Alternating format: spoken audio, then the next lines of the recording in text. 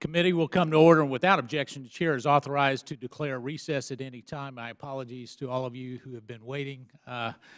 Pursuant to committee rules 5B and House Rule 11, the chair may postpone further proceedings on any question of approving any measure or matter or adopting an amendment on which a recorded vote or the yeas and nays are ordered. Our first item for consideration is H.R. 2623, the Lessening Regulatory Costs and Establishing a Federal Regulatory Budget Act of 2017. The clerk will designate the bill. H.R. 2623, to provide for a method by which the economic costs of significant regulatory actions may be offset by the repeal of other regulatory actions and for other purposes. I ask unanimous consent that the bill be considered as read and open for amendment at any point without objection. So ordered. I will now call up an amendment in the nature of a substitute I have at the desk. The clerk will designate the amendment. Amendment in the nature of a substitute to H.R. 2623, offered by Mr. Meadows of North Carolina. Without objection, the amendment is considered as read. I recognize myself for 5 minutes for a statement on the bill and the amendment.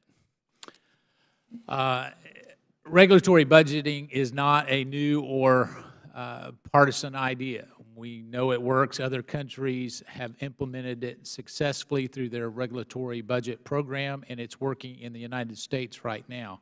The President implemented it, and it is already, as we have heard in this exact committee, it's already saving Americans money. Earlier this year, President Trump issued 2 related regulatory reform executive orders. The first, which the President signed on in January, is titled Reducing Regulation and Controlling Regulatory Costs.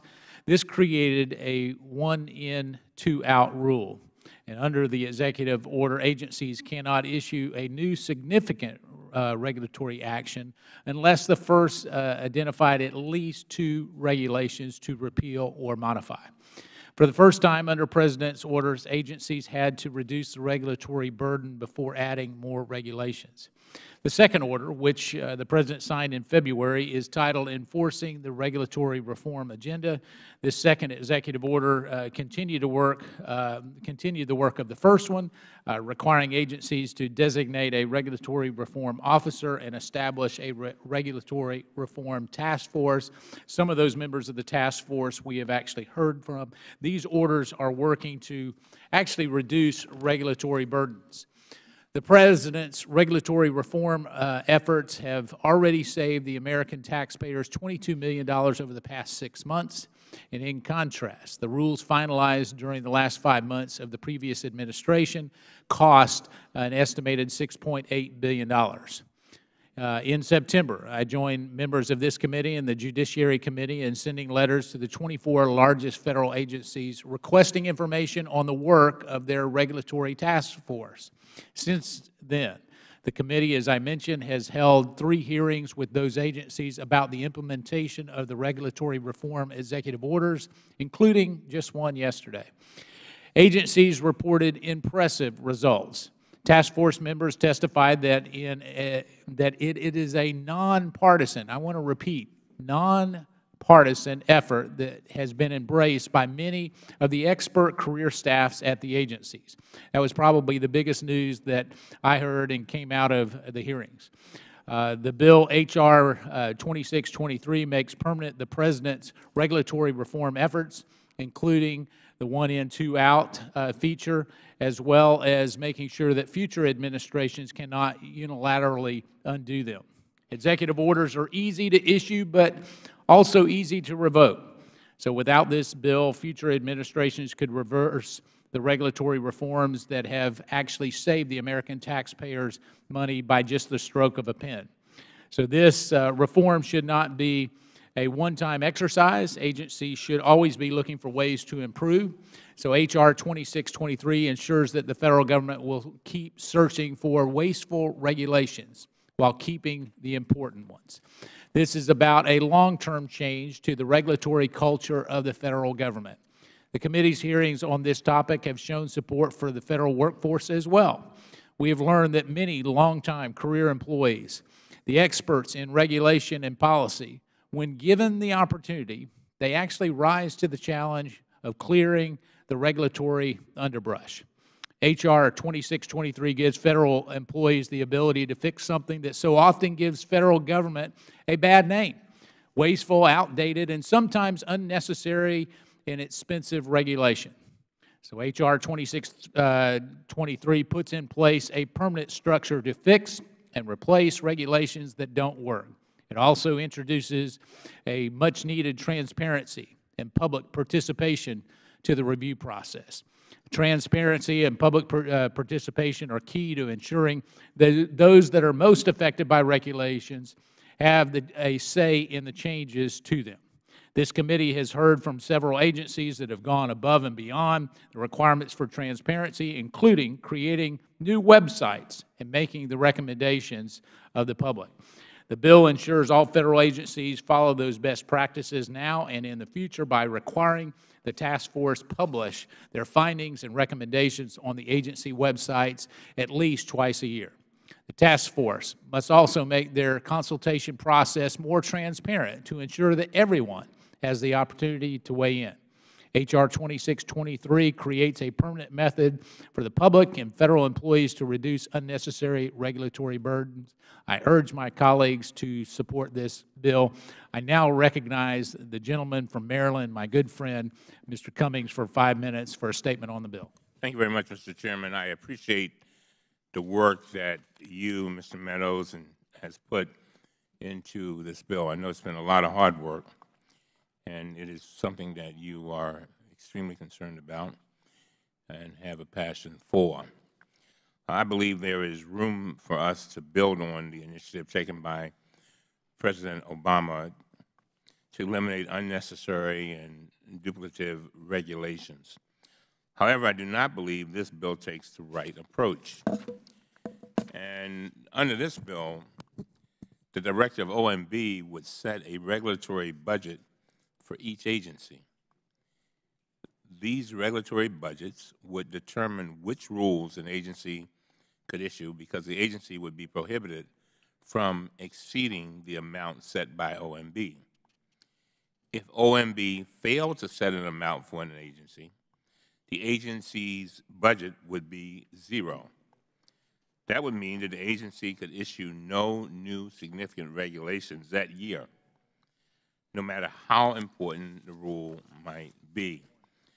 This bill would prohibit a new significant rule from taking effect unless the agency issuing the rule first identifies 2 regulatory actions to offset the costs of the new rule.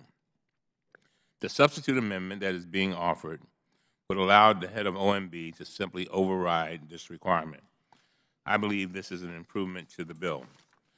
I cannot support this bill, however, because it sends a message that rulemaking should be an arbitrary process that values money over human health and safety. Agencies should make decisions to issue new rules or to modify or repeal rules based on evidence. In fact, this committee just passed Speaker Ryan's bill to promote evidence-based policymaking. This bill instead tells agencies to make decisions based on arbitrary money caps. On Tuesday, the committee held a hearing on the President's Commission on Combating Drug Addiction and the Opioid Crisis. That commission, chaired by New Jersey Governor Christie, said in his final report, and I quote,